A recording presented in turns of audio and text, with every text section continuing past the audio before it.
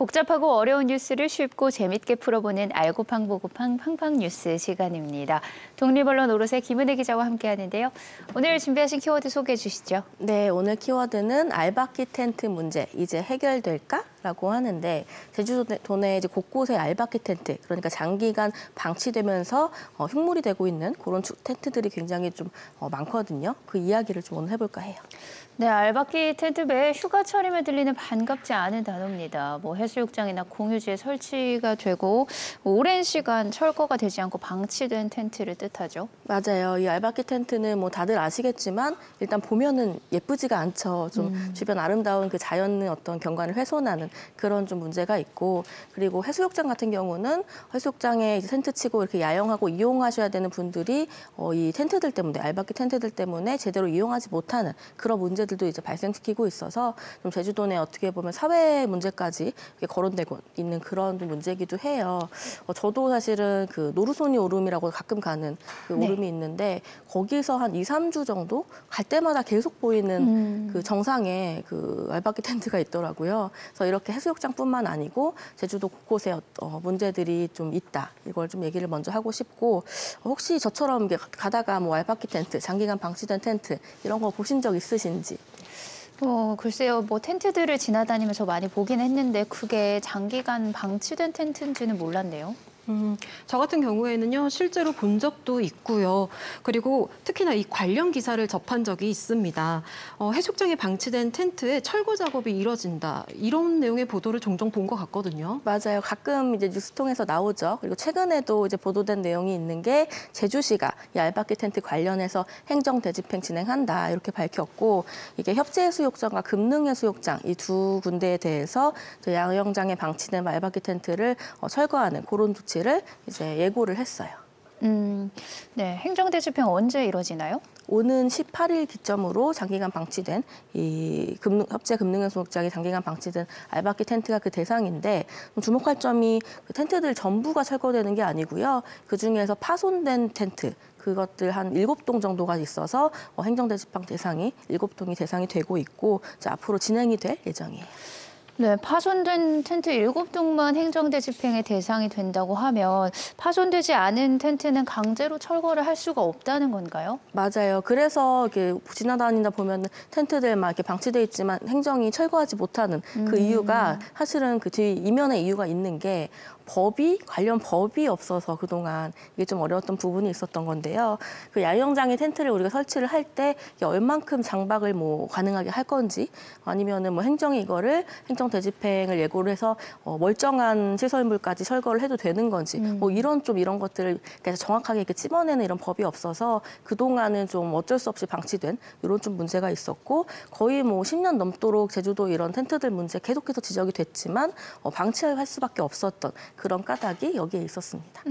그러면 관련 법이 없는데 이번에 진행되는 행정대집행은 어떻게 이루어지는 건가요? 이번에는 이게 텐트를 철거하는 게 아니고 쓰레기를 철거하는 거예요. 그러니까 이제 파손된 텐트만 제가 아까 철거한다고 했잖아요. 그러니까 파손된 거를 쓰레기로 간주를 해서 폐기물로 규정해서 철거하는 그런 식의 이제 행정대집행이 이번에 이루어지는 거고, 알바끼 텐트 철거한다 이렇게 서류상으로 나오는 게 아니라 서류상에는 아마 해수욕장 쓰레기 철거하는 이제 그런 내용이 되겠죠. 네, 기자님, 제 기억으로는요, 이 제주에서 알바끼 텐트를 강제로 철거했던 사례가 있었던 걸로 알아요. 작년에 2호 해수욕장이었던가요? 그렇다면 이때도 파손된 텐트만 쓰레기로 간주를 해서 철거가 됐었던 걸까요? 그때는 조금 상황이 달랐던 게, 이제 말씀 주셨다시피 2호 해수욕장도 거의 10년 넘게 계속 민원이 계속 들어왔었다고 하더라고요. 이 장박 텐트 때문에.